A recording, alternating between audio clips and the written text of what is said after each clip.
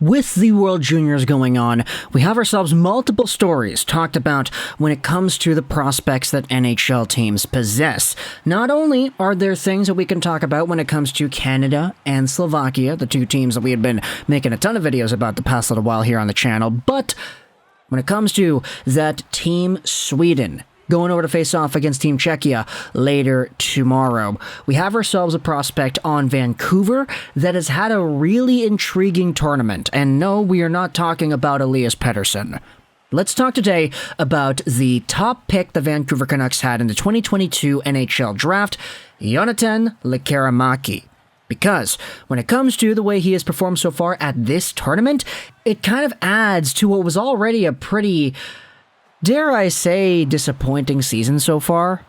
And one of the things that I also wanted to introduce before we get into this topic is the fact that when Lekkerimaki was drafted and when the Vancouver Canucks talked about him, so whenever there was a GM interview or whatever, talking about the young guys, talking about the prospects, anytime Lekkerimaki was brought up, they always seemed to mention the word patience.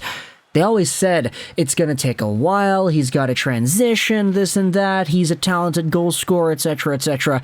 There was always a mention of that trait. And so, if you go over to what Lekkerimaki has done, what he is, and how he's performed this season in general, it makes a little bit more sense as to how everything comes into play. Jonathan Lekkerimaki, if you are unaware, was the Vancouver Canucks' 15th overall pick in the 2022 draft. And he was a guy that was taken in a pretty intriguing spot because he was probably supposed to go a lot earlier in the eyes of most scouting outlets. You can see here on Elite Prospects that most of the outlets had him as a top 10 guy. 8th, 9th overall-ish. Future considerations had him at 12. It was only really Elite Prospects who had him at number 18. Every other outlet had him higher than number 15, and so when he was available for the Vancouver Canucks in that range, it was kind of an easy pick to make. Most people said, okay, I mean, you got a few goal scorers in there that are probably steals. If you ask most people that were doing these scouting lists in the 2022 period, you had Joakim Kemell available there. Of course, Jonathan Lekkerimaki was there too. Brad Lambert was intriguing, and he was also available at 15. All three of these guys were guys that I was kind of saying in the draft stream that if Vancouver got, because they were all there, I'd be okay with. And Lekkerimaki was no exception. This was because last season, in the Swedish development year that he had, he was an absolute goal-scoring machine. 20 goals, 26 games played for the J20 National, 35 points on the year. He also had 7 goals in 26 SHL games, not to mention the fact that he was almost 3 points a game at the World Under-18s, and he had 3 assists at the World Juniors too. He was one of the youngest players in the entire NHL draft that year, also I believe the youngest taken in the first round period. And he was seen as this lethal goal scorer whose upside was definitely worth the risk at 15th. However, with Djurgården's demotion into the Hockey Allsvenskan for this season, because they were pretty bad in the SHL last year, they got relegated to the second-tier league, Jonathan Lekkerimaki's overall profile took a hit as well, where he had 9 points in 26 games with the SHL Djurgården squad. He's only got 5 points in 20 games in this year's team for the Allsvenskan. 1 goal, 4 assists. He's been pretty snake-bitten when it comes to his production in the Allsvenskan, which is quite intriguing because he's in a worse league compared to last year.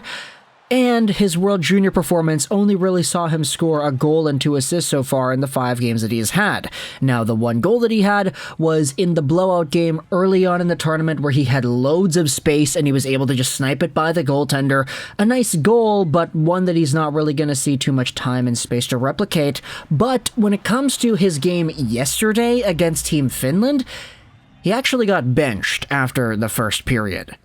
This is an article on Canucks Army. Let's leave it to my buddy Chris to go out there and provide the summary as to what Lekkerimaki has been up to and how things have gone for this guy. He talks about how the Sweden team took the lead late to advance to the semifinals and have Czechia in their crosshairs.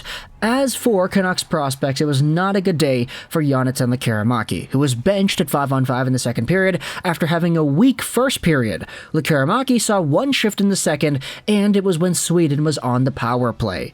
He continued to be benched in the third, only seeing a shift when Sweden went to the man advantage.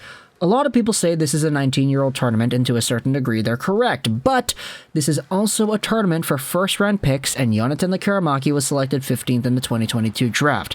He's coming off a concussion, so the expectations were not extremely high for what he could do at this tournament, but his performance at the World Juniors is another disappointing showing of a long line of disappointing outings already this season. And it hasn't even been just a concussion either. He also had mononucleosis earlier this year, and for a guy who's only 18, that's definitely a pretty big setback. We've seen a few prospects in the NHL in the past little while here actually go through mono, and for the most part, it kind of slows down development in a pretty significant way. The big example that comes to my mind is Timothy Liljegren of the Toronto Maple Leafs. It took him a long time to get going. But either way, when it comes to Lekkerimaki and his post-draft performance, he's been a little disappointing, and I don't think it'd be too hot of a take to go out there and mention that because the numbers in the Allsvenskan, the production there, the slow start after battling mono, after battling a concussion, and how he's performed at the World Juniors too, it's been a little disappointing. And I'm not just talking about the numbers. Sure, he's 18 and he's got 3 points in 5 games. That's not terrible, but getting benched in important games, only seeing shifts on one power play opportunity and not having ice time anywhere else, that's pretty significant as a bump down when it comes to Canucks prospect development.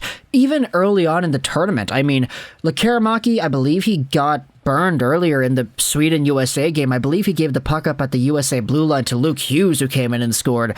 He hasn't had a great tournament. He hasn't had a great regular season either. And so for Jonathan Lekkerimaki, I believe that the patience thing that the Canucks always seem to bring up with this guy definitely needs to be preached a little bit more to the choir because he definitely has not had the best showcase after getting drafted so far. Hopefully he can go out there and turn things around. Hopefully he actually has a good game in the Czechia game. But against Finland, it wasn't great. He was actually on the ice for the first goal against. Oliver Kapanen gets the deflection out in front, and I believe Lekkerimaki was the guy at the point that wasn't able to block the shot. But as for the other Canucks prospect on Team Sweden, I guess we've got a bit more time to add this here. Elias Pettersson has been pretty alright for the most part on this tournament. He's had a pretty impressive showcase. I think a lot of people have been more surprised to see his defensive maturity in this tournament. But of course, you know, he's a completely different player, a lot more polished and a lot more developed, I guess you could say, than the very raw and talented Lekkerimaki is. And so when it comes to PD, and I really just said that instinctually because I'm so used to calling Elias Pettersson in the NHL PD, but we can call him PD, like PD, Vancouver PD, because he's a Pettersson on defense. But either way, for Pettersson, he's been a pretty impressive guy, but there's a lot different of a responsibility that you expect out of him, so I guess it comes with the territory. But either way, talk to the comments your thoughts about Jonathan Lekkerimaki and the way he's performed so far at the World Juniors, as well as how he's performed so far in the regular season. Because from the draft until now, I think it's a little bit more than fair to say that he's been somewhat disappointing, although he is still very young and he still has a lot more development and growth to go through. It's just early on at the start of 2023, it hasn't been great. But talk to the comments either way, all your thoughts. Do you think he bounces back? How fast do you think he's able to do that? And what do you think he does against Czechia tomorrow? Thoughts in the comment section below. I hope you enjoyed this video. And bye.